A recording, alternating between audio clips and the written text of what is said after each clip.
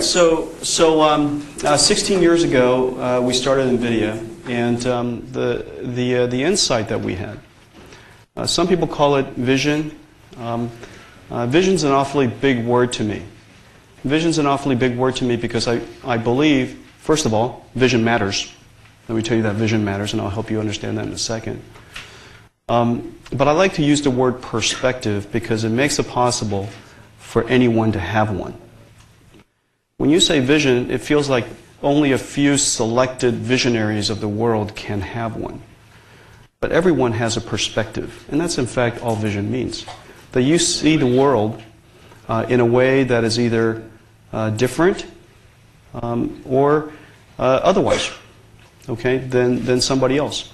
And you see opportunities that I think that you believe are particularly important to go in and address, that you can address in a particular way. And so perspective. Our perspective at the time, this is 1993, you guys won't remember this, but the PC was Windows 3.1. CD-ROM was about to be introduced. There were no PCs with networks. Wireless technology.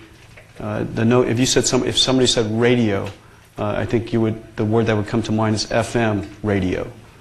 And so wireless technology didn't exist.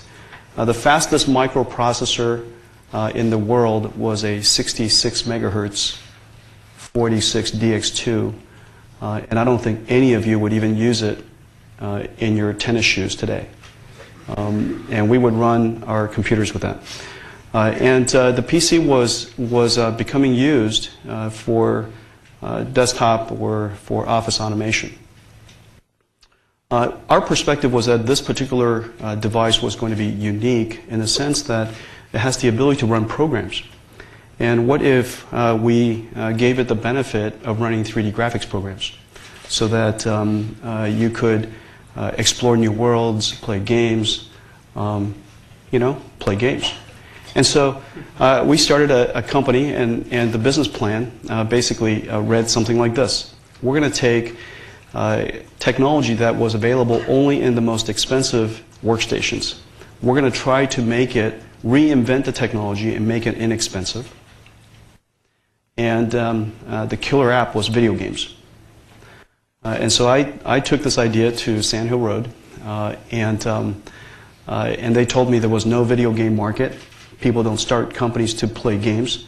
And my parents, I remember calling my mom and telling her that I'm going to start this company, and she says, what do you guys do? And I said, we build these things called 3D graphics chips, and people would use them to play games. And then she said, why don't you go get a job? and so now of course games was we believe going to be a very large part of the marketplace. Now we had that perspective for very obvious reasons. We grew up in the video game generation. I was the video game generation. I was the beginning of the video game generation. And so the entertainment value of video games, computer games, was very obvious to me. And I could imagine how it could be a very large market and a very large industry. For a lot of the people that were older, that sensibility didn't exist.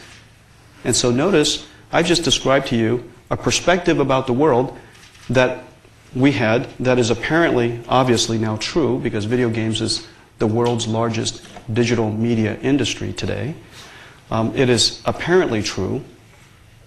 And yet at the time, our common sense was unique. Nobody would have created the technology, nobody would have created a company with the sole purpose of building technology to make video games possible.